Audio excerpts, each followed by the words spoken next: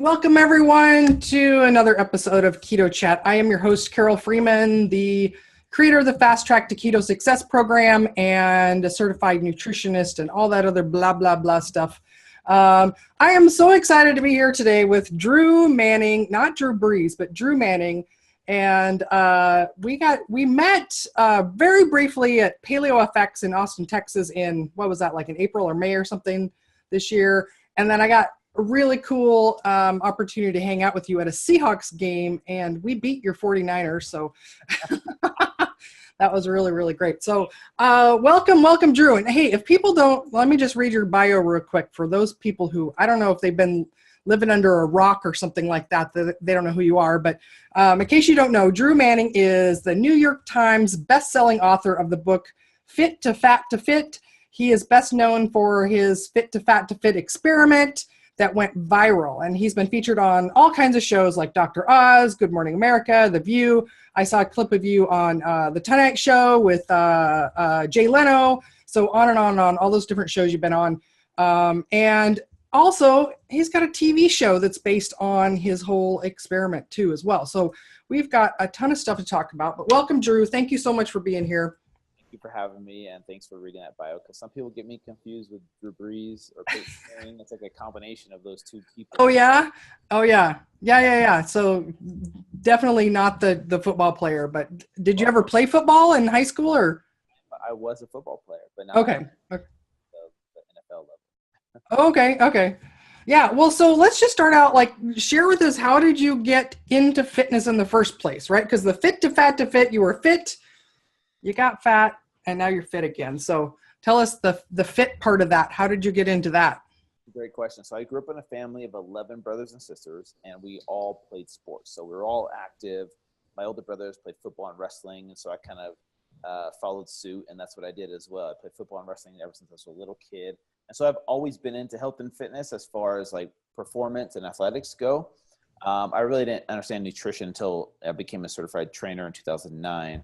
But I've always cared about like what my body looked like and being physically fit so I could perform better. And, you know, I like to look good too as a little kid. And so it's always been a part of me ever since I was little. Oh, nice. Okay.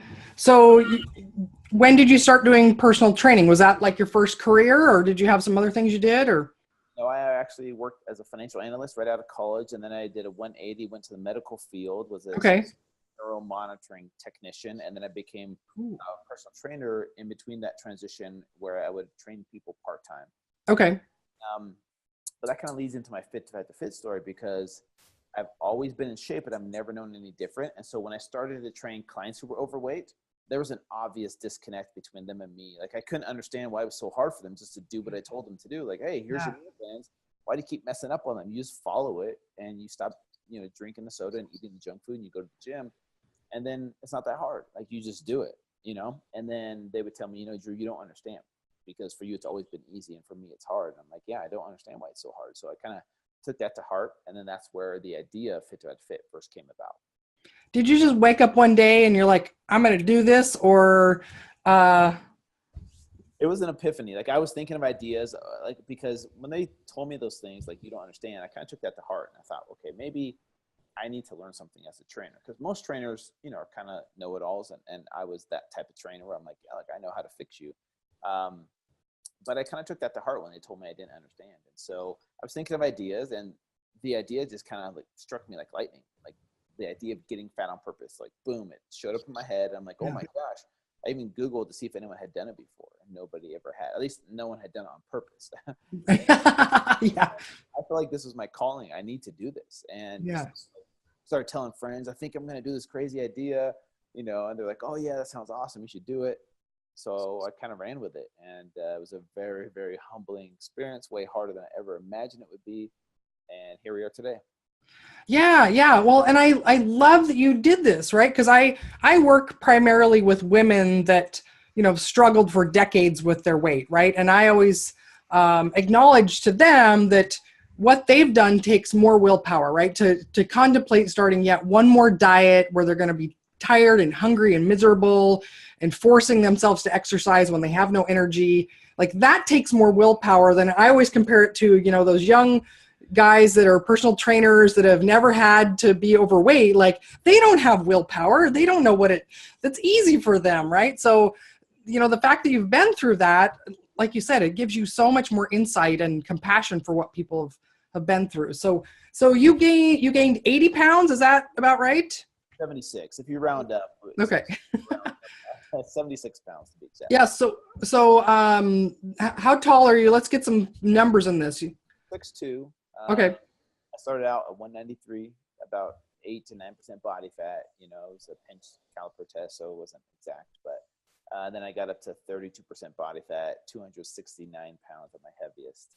How long did that take you to get there? It was 6 months of gaining weight. Okay.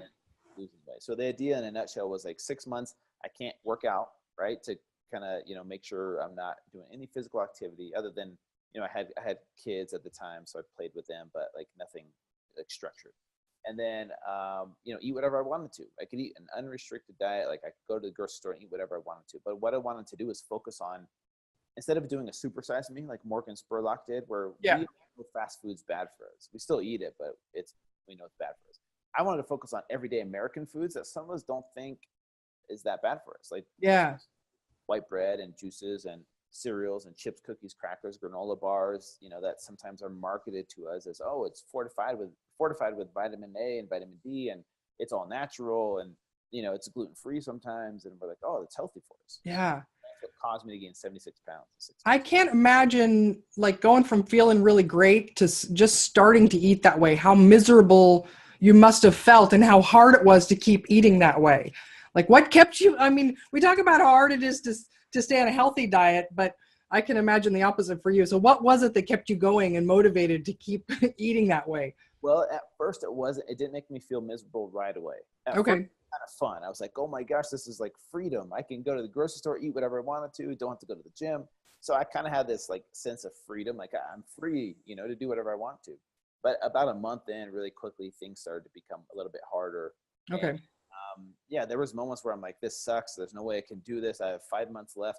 The fact that I was putting it out there on social media live, like for people to see, was like, I can't back down. Like I've been on shows and I'm starting to blog about it and put videos up there. I'm like, I can't stop now. Otherwise I'll be looked at as a fraud or like someone that gave up. And so I'm like, maybe that athletic background, that mentality was like, you got to push through. This is a challenge. You got to finish it, endure to the end kind of thing. So that. Yeah. Oh, that's really cool that's what helped you push forward. And I know in the beginning of my journey, that's sharing my journey online is also part of what kept me motivated to go. And, that's a really big key. I'm sure you find with working with people is having some kind of accountability or finding what motivates you to keep going is really powerful. And, when you have struggles. So. And it helped on both ends, gaining the weight and losing the weight, because even for me as a personal trainer, it was really, really hard for me. There was days where I had the cravings of like, for example, Cinnamon Toast Crunch was one of my favorite foods. And I just remember there was times where I wanted it. Every time I go in the grocery store, I see it. I know the feeling. I know the taste of what it feels like, how good it makes you feel when it touches your lips. Got it right now, actually. But it's so good. Like Cinnamon Toast Crunch is like one of my drugs. And so there was times where I just was like, you know what?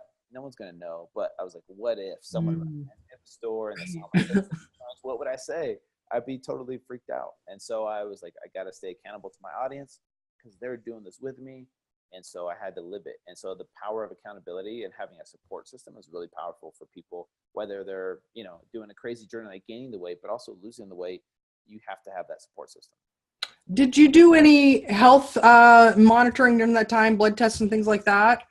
Yeah, great question. I had a doctor, my personal doctor, monitor me on a monthly basis. We drew blood every month, and it was really, really interesting to see how quickly the body, can go downhill. So, for example, like just throwing out some numbers, my blood pressure got up to 167 over 113. My testosterone dropped to the low 200s, right? And here I was, a 31-year-old male. Yeah.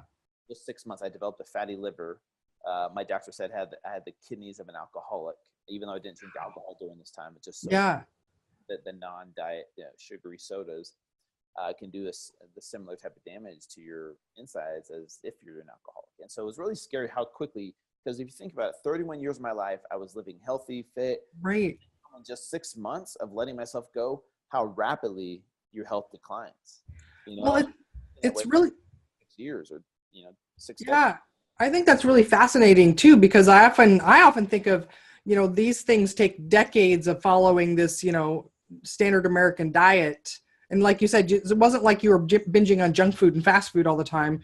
You were eating a standard American diet, and it only took less than 6 months for you to totally destroy your health. And so even in somebody who are really, really healthy, we think of, people that are really healthy as having a lot of resilience, and they can, eat whatever they want, this and that, but it really shows that it's not true. And things can, not only can they go downhill quickly, but they can also reverse Yeah. quickly. So what was that like then? Was there like the midnight of the final day and tomorrow's the day I got to get back on track? Like, what was that, tipping point? At the transition, so I had my last supper, my last meal. Yeah. Was a whole box of macaroni and cheese, like the Kraft, macaroni Yeah. and cheese, and a whole 2-liter bottle of Mountain Dew, I think. Oh my God. Next morning, I had like a spinach shake, and I had chicken and a bunch of vegetables, and part of me was excited, like can't wait to get my body back, but part of me was so nervous because I'm like, what if it doesn't work? What if I'm stuck like forever? Like I was so scared because I've never journeyed down this path before. Yeah. A lot of anxiety, but excitement as well. But it was really hard. The first 2 weeks were literally hell because the withdrawal symptoms that I was feeling, Yeah. those standard American foods, was way harder than I thought, and it helped me finally relate to what my clients were saying. Because when I would give them a meal plan and expect them to follow it, their bodies fought back, and my body did the same thing, and it opened up my eyes. It clicked. I was like, oh my gosh, this is what my clients are telling me. This is why it's so hard to transition from eating these highly processed foods for your whole life, and now it's all of a sudden you're trying to eat whole foods. The food doesn't taste as good. You don't feel as great right away. I had headaches. I was grumpy. I was moody, and I was like, here I am, a personal trainer, trying to promote living a healthy lifestyle, how good it makes you feel, and I felt like crap. And I told people about it. I'm like, look, this is like one of the worst things I've ever gone through, and it helped me have empathy for my clients who try and transition to living a healthy lifestyle.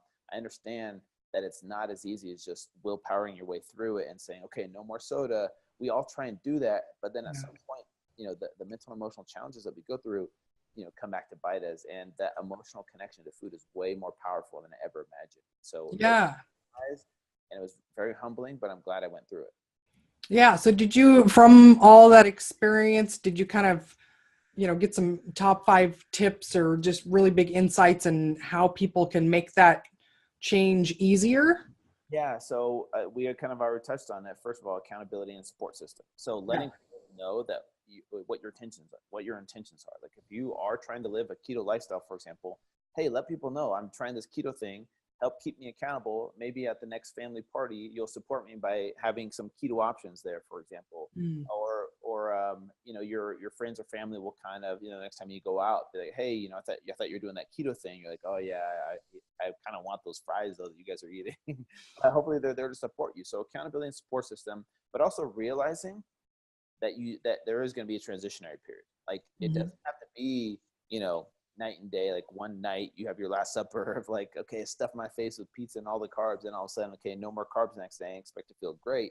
Understand that there's an adjustment period, there's a transitionary period, so be patient with yourself during that transitionary period. And so for me, it was really important to go through that. Nice, awesome. So and this was how many years ago now? Has it been 10? Not 10. No, 6 years. 6 years. Okay. Yeah. And so, based on what you were talking about that you started your day with, and you weren't following a ketogenic diet at that time. You were doing a standard, like low fat, more of a calorie counting type thing, or? So keto wasn't really popular back then in 2012. I kind of knew what it was, but it wasn't mainstream yet. And so I kind of had more of a modified paleo approach. It wasn't paleo, but it was lower carb, but it was, high protein, moderate fat. Okay. Like a high protein, moderate amount of fat, lower carb type of diet. for the 6 months. And it was, 5-6 meals per day, spread out every 3 hours, pretty standard for that time. Yeah. Kind of doing that. And it works. Like, it still works. Like, if you want to, your goal is to lose weight and get fit, you can still use that method, and it still works for a lot of people. Yeah. Yeah. Well, in a minute, I want to ask about how you got on the keto train too. But before that, I'd love to just talk about the TV show that you've created as well. So Fit to Fat to Fit TV show. I don't have cable. I'll confess, I haven't watched an episode, but now I'm super curious. I got to go binge watch your episodes. But so what's the show? What's the premise of the show? And give us some highlights. So here's the thing. So Fit to Fat to Fit happened. I wrote a book, which became a New York Times bestseller. The book, then I got connected with a production company out of LA. We went and pitched the TV show to all the networks. Eventually, after years, A&E picked it up, because here's the thing. I can only do this once, you guys. I can't keep getting fat over and over and over again. Like, it's way too hard. Yeah. And so instead of me doing it, what we decided to do is we have other trainers from across the country where I coach them and put them through the same process, because there's so many trainers that are very similar to me. They grew up their entire lives in shape. They think they're kind of judgmental, they're a little bit self-obsessed, and that's who I was. And now we're picking trainers from across the country and putting them through this process for 4 months instead of 6 months. Okay. Let's go. After 4 months of gaining weight, and now as a fat trainer, they have to lose the weight with their client. And so this is the first time they're going through this experience. And it's so interesting to see almost every single trainer suffer through the same physical, mental, and emotional issues that I did, but it makes them more empathetic, have more respect, and a better understanding for their clients after having gone through this 8-month process. And so season 1, there was 10 episodes. Okay. Each episode is a new trainer, a new story, new client, and there's a lot of drama. Of course, it is a reality TV show. I mean, I think it's really good, but I'm a little bit biased. Season 2, so season 1 was on A&E. You can find it on demand online. And then season 2 comes out in January of 2018, but it will be on Lifetime, which is owned by A&E. Okay. So January 2018. We don't have a launch date yet, but January of 2018 for season 2 of the show. Oh, cool. I am totally going to watch that now. That's awesome. Cookies and eating ice cream. Oh, yeah. No, that's so funny, because like back before, when I was in my pre-keto days, and I would secretly, I like to watch like the weight loss shows, like eating junk food or something, just kind of like a ha ha ha. I'm sitting here just in spite of what you're doing. And I've had other friends confess the same thing, that they love to sit and eat junk food and watch those shows. It's terrible. Yeah. Well, I promise I won't be doing that while I watch. So, okay. So, fast forward 4 or 5 years, and how did you said you'd heard about keto back then, but what was the kind of the transition? How did you get involved with a ketogenic diet? What made you decide to try it, and how's it been for you? Yeah, so it was about 2.5 years ago. I remember hearing Dr. Dominic D'Agostino on the Tim Ferriss podcast. And when he was talking about the science behind the ketogenic diet, yeah, I felt like, okay, this is something I need to experiment with, because I've heard of it before, but I didn't really understand any of the science behind it until he brought it up. And then I was like, okay, well, here I am, a self-experimenter. That's what I do for a living, kind of. Yeah. Give this a shot. And so I decided to go strict for 60 days. After listening to it, I made a plan, followed it strictly for 60 days. And I remember, here's the thing, the biggest surprise, my body, I was already lean to begin with. My body composition didn't change a whole lot. My performance in the gym was about the same. The biggest thing that I noticed in those 60 days was how much sharper my brain felt. My cognitive function and mental clarity was like night and day compared to before. Whereas 6 meals a day to eating 2 meals a day and feeling fantastic in the gym, and my brain was so much sharper. I'm like, this feels so amazing. So it felt more like nutrition for my brain. And although fat loss and weight loss is a byproduct of it, it can be that. There's so many other therapeutic applications to the diet. So I instantly became sold within those 60 days, started posting about it and promoting it. And then fast forward about 6 months, I had the opportunity to go on the Dr. Oz show talking about the ketogenic diet.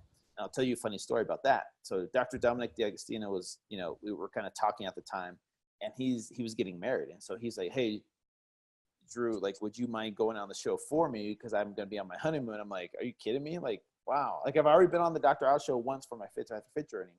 And now I have the opportunity to go back on in his place to talk about the ketogenic diet. So it was really cool opportunity for me to go and, I think, whether you love or hate Dr. Oz, the fact that the sheer number of people that he can reach and bring it to the masses is unbelievable. And so for me, being able to talk about the ketogenic diet and legitimize it in a way and bring it to the masses out there, I think was really, really a great thing. Because then after that, the ketogenic diet has just exploded in popularity with other celebrities doing it now, and actors, and so many people are jumping on this bandwagon because they're hearing about it from so many other sources. And so it's really cool to see where it's going and see where it will continue to go from here. And so I've been doing it. I mean, I don't do it strict all the time.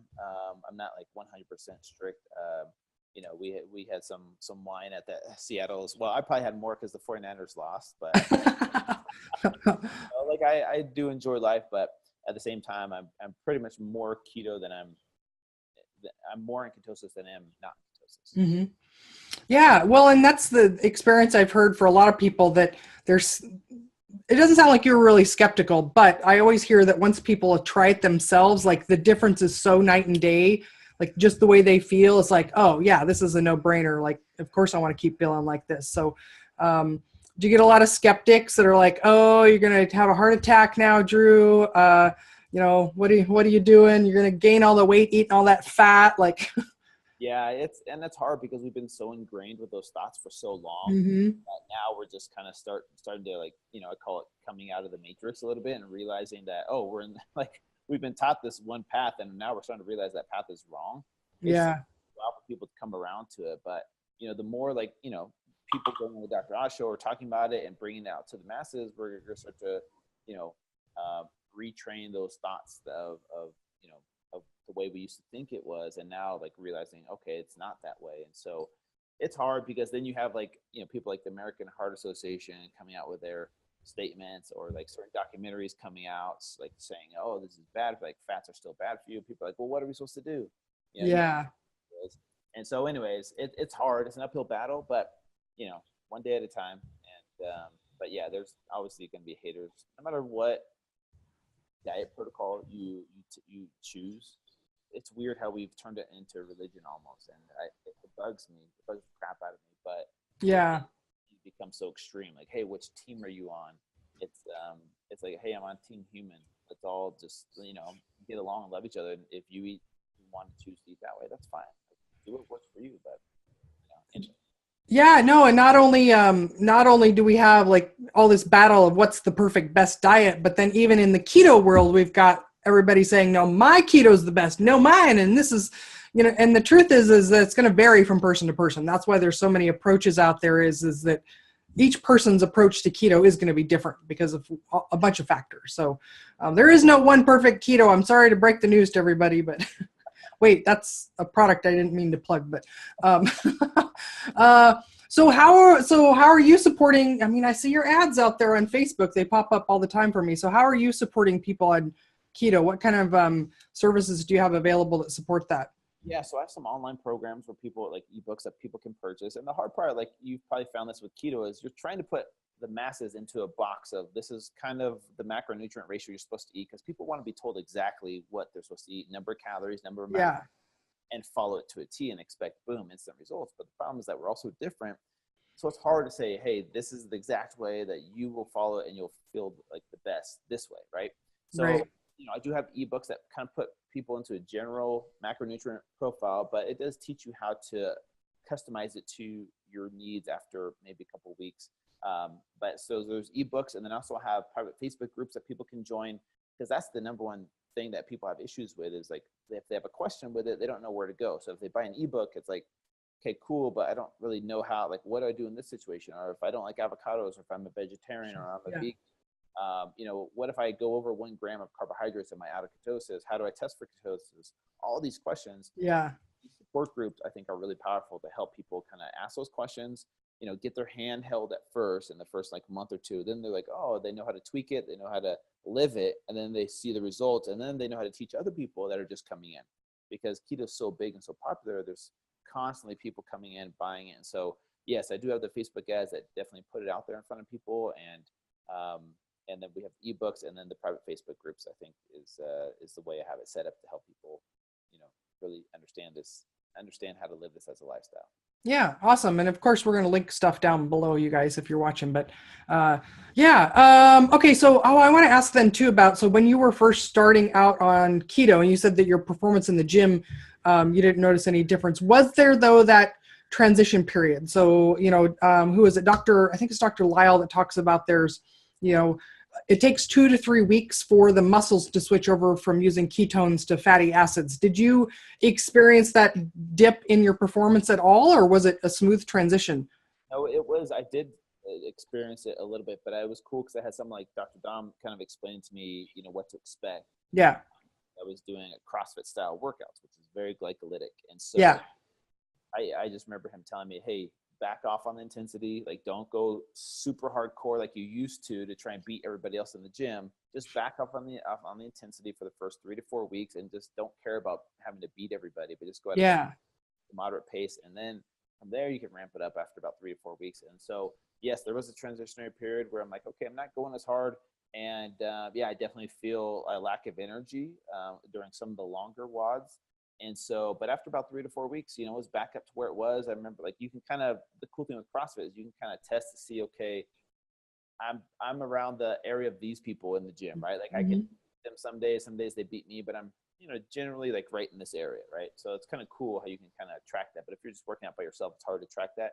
So I noticed after about 3 to 4 weeks, I could kind of stay in that same category of that threshold of those people, and kind of maintain that. So that was really cool. And I'm like, man, I'm only eating twice a day versus 6 meals a day. Like, I'm working out in a fasted state, and I'm not losing my muscle mass. My muscle mass and my strength are about the same, but not being a slave to food was really cool.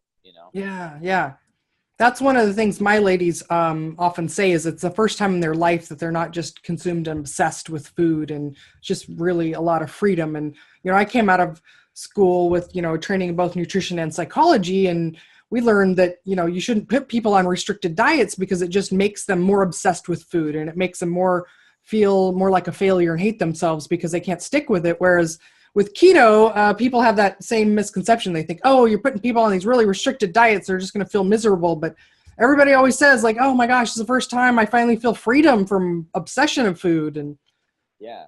Well, it's kind of sad because the other alternatives, they're stuck in this vicious cycle of like, okay, well, it's too restrictive. Okay, well, then what's the other option? Just keep eating this mm-hmm. food that's not meant to be consumed by humans, but it's so cheap and affordable and convenient, and it tastes really, really good. Don't get me wrong. And some of it's sold to us as health food sometimes, and so we're like, Mm-hmm. well, everyone else is doing it, so, and we've always ate this way, at least our generation. So it's like, we're doing all right, but and it's scary how quickly our health is declining, as a society. Yeah, yeah. So what are some of the top mistakes that you see people making when they're starting out with keto? Yeah, that's a great. I'll talk about a few things. One is, the basics. Not enough water. They're not balancing out their electrolytes, right? So they're not supplementing with salt.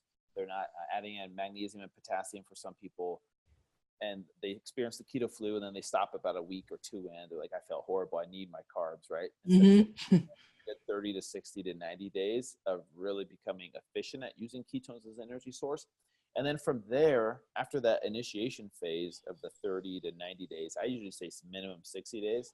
But from there, then they can like mess around with their carb threshold and their protein threshold. And so Mm-hmm. instead of sticking to a 70, 25, 5 for the rest of their life and being strict like the rest of their life, I think our bodies change and adapt. And maybe sometimes we need more carbohydrates after, 90 to 120 days, and maybe we need more protein and less fat. Like, depends on your lifestyle, but finding what's optimal for you is very, very important, instead of just following the same macronutrient ratio the rest of your life and expecting to feel optimal all the time.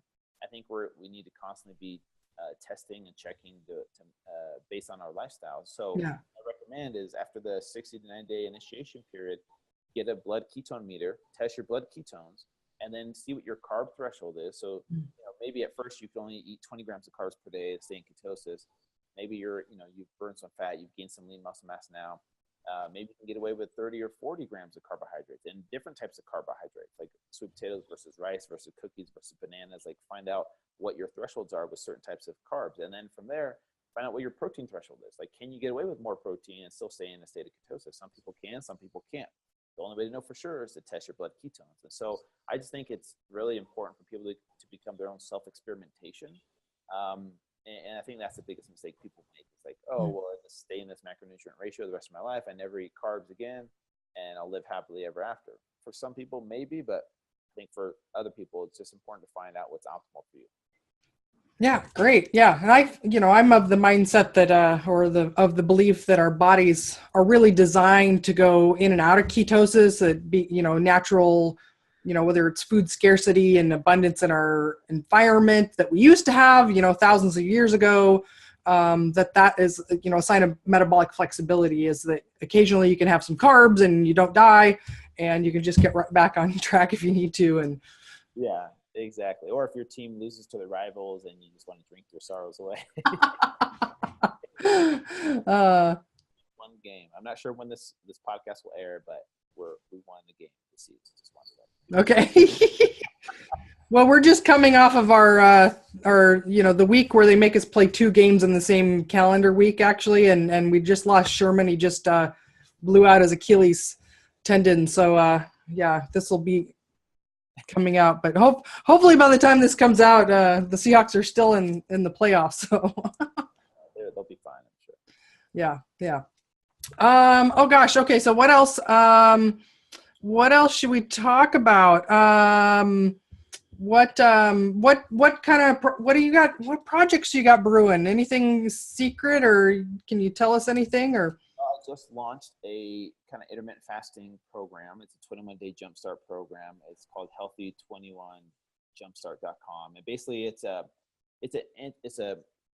intro version to the intermittent fasting. So you can get the benefits of ketosis without having to be strict keto all the time, because it walks you through how to do intermittent fasting at a beginner's pace, and then it advances you by the end of the 21 days to more of a 16-8 protocol, which is the most popular, where it will give you the most bang for your buck. And so it is lower carb, but we do certain carbs at certain times of the day and certain days of the week. So you're probably getting into a mild state of ketosis. You're not getting probably above 1 or 2 blood millimolars of blood ketones, but you're probably hovering around 0.5 to 0.8 for most people during those periods of fasting.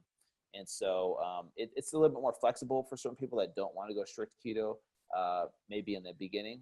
So it's an easier program for them to follow. Like I said, season 2 is coming out in January 2018.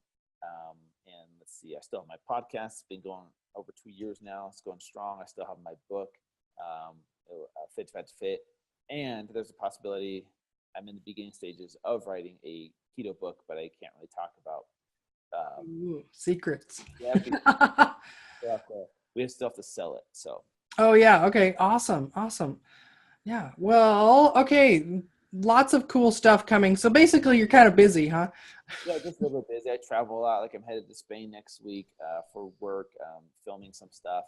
And then. Oh, you're not going to so right now this week they've got low carb universe in Mallorca, Spain right now. I think it starts Wednesday. So you're not going for that then?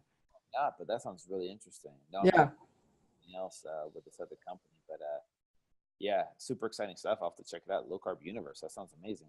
Yeah, Spain. Like I didn't. Do you know Franziska Spritzler? No. Okay, she's known she's the low carb dietitian, so she's one of the speakers there. Yeah. So okay, so you're not going for that, but it'll be beautiful anyways, right? It's near Madrid. Maybe I'll check it out. Yeah. Well, awesome. Well, Drew, was there anything else that you were hoping I would ask you about, or that you wanted to talk about? I thought you were gonna ask me my whole life story, but Oh. Really kidding. we talked about that. You're up at, a child of 11 and. No, I'm totally kidding. No, I mean, if anyone wants to find me online, all my stuff is branded Fit to Fat to Fit. My website, my Facebook, my Twitter, my Instagram, my book, my podcast. The TV show, the only thing that's different about it is it's Fit T-O, Fat T-O, Fit, instead of my brand. That's the only thing that's different out there. But yeah, feel free to reach out to me. If you want to check out my programs, I'm totally cool with that. If not, like, it's all good. Like like I said, I'm on Team Human. Let's all be, nice to each other, and let's find what works best for us without bringing other people down. And love yourself while you're on your journey to become a better version of yourself. I think that's the hard part for people to understand, is that they think, oh, I'll love myself once I look this way or get a certain weight. But until then, I'm just going to kind of hate myself until I get there. And that's Yeah. Oh, yeah. So anyways, that's my advice. I love that. High five. I love that. And I have to say that, meeting you in person, like all the, traveling, the conferences I've gone to and all the speakers, and I definitely have to say that you're just a real nice guy. Like, you're a real approachable guy, and, getting to spend some time with you at the Seahawks game, like, you're just a really nice, decent guy, and you gotta want to work with people like that more, and so I just really appreciate that. Especially, there's plenty of the nutrition health industry celebrities that I've met that did not give off that same like approachableness, right? Like, you just seem like, yeah, let's talk and hang out or whatever, whereas other people are like, oh, who are you? Yeah, so yeah, I appreciate that about you a lot, and perhaps that's just who you are, or perhaps some of that came from your journey that you've been on as well, of having more. Like that, like, for example, this book, Ego is the Enemy, really stands out. That really changed my life, of, letting go of your ego. And Okay. people are, because they hold on to their ego, and they think they're better than or higher than, and that's causes misery in the end for you. And so I've learned to try my best to let go of my ego, for the most part. I'm not perfect, but that book kind of helped me on my journey to let go and not have an ego. But yeah, thank you. Yeah. I just thought of another question. So, it's pretty obvious for your journey of fit to fat to fit, like kind of physical stuff and everything else. But what was kind of some of the, biggest surprise, or some of the surprises of how that affected your life in ways that you didn't expect? Yeah. So one, Fit to Fat to Fit, I had no idea would go viral or become big. I would go on all these TV shows. I had no marketing strategy other than, create a website, create a YouTube channel, and put it out there on Facebook, and that was it. And then I had no media connections with these producers from these TV shows. It was all, like, a lot of it was luck. I'm not going to lie. And I feel very blessed and very fortunate, but it totally changed my life. I had to quit my job in the medical field to do this full time. I had to make that decision, right? Because that was my safe, kind of non-risky, path in life. Mm-hmm. And now here I was, like, doing something I was passionate about, but it wasn't guaranteed. And, here I am 6 years later, and feel super blessed and fortunate to have kept it going, even though there was times where I'm like, should I go back into the corporate world? Should I go back into these other jobs, or should I keep Fit to Fit going? And I'm so glad that I did, because it's definitely very, very blessed to have it where it's at today. But yeah, and to be able to be paid to do something you're passionate about, I think is life. Mm-hmm. So I would wish that on anybody. Yeah. Well, along those lines, then, do you have any, I mean, we've talked a lot about like people getting healthy in general, but do you have any tips then for entrepreneurs, like people out there that are, whether they're health coaches or personal trainers or, whatever else out there? Do you have any tips for them? Couple things. One is to be patient with yourself while you're trying to find out, okay, well, what is that passion? I have no idea. I didn't know either, right? I've always known, I've been into health and fitness, but I'm like, okay, how can I make this successful without just being like a personal trainer and trying to fit in as many clients as possible? You really do have to think outside the box. Mm-hmm. When I came up with this idea, that's why I really felt like a hell yes. It was like a lightning strike to my brain. I'm like, this is what I was meant to do, but it wasn't until I was 31 years old. So sometimes it doesn't happen right away. And so just be patient with yourself, like when you're trying to find out what your true passion is. And then just understand that sometimes luck is a part of the process. It's not always about like having the best marketing strategy and the best plans. It's sometimes being in the right place at the right time. And so understanding that, but also being willing to take risks. And so for me, it was really hard. I had 2 kids at the time, and I had to make that leap of faith. And we all have to do it at some point in our life. If you're going to be an entrepreneur, you're going to have to make that leap of faith. And if you fail, it's all good. If you fail, it's all good. It's something that you learned what you're not going to be doing, right? So don't be afraid to fail in those situations, even though it's risky. And sometimes you have a family that's counting on you. Obviously, it's different if you have a wife, like, kind of telling you should be doing this. It's a little bit different, but if you have the support of your family, then go in full force and don't be afraid to fail. So be patient with yourself. Yeah. That's great. Words of wisdom from Drew. have a little the more you know music at the end there. Yeah. Well, awesome. I appreciate everything that you've shared. This has been awesome and just really inspirational story. And I love that you've just, because Team Human, you're on Team Human so much that you've been willing to put your body through this to be able to understand what people are going through. So my final question for you is, it's your last day on Earth. The meteor's coming at us. We're all going to be wiped out today. What's going to be your final meal? Ooh, my final meal. Ooh, okay, hold on a second. Let me think about this. Something coconut, because I'm a lover of coconut.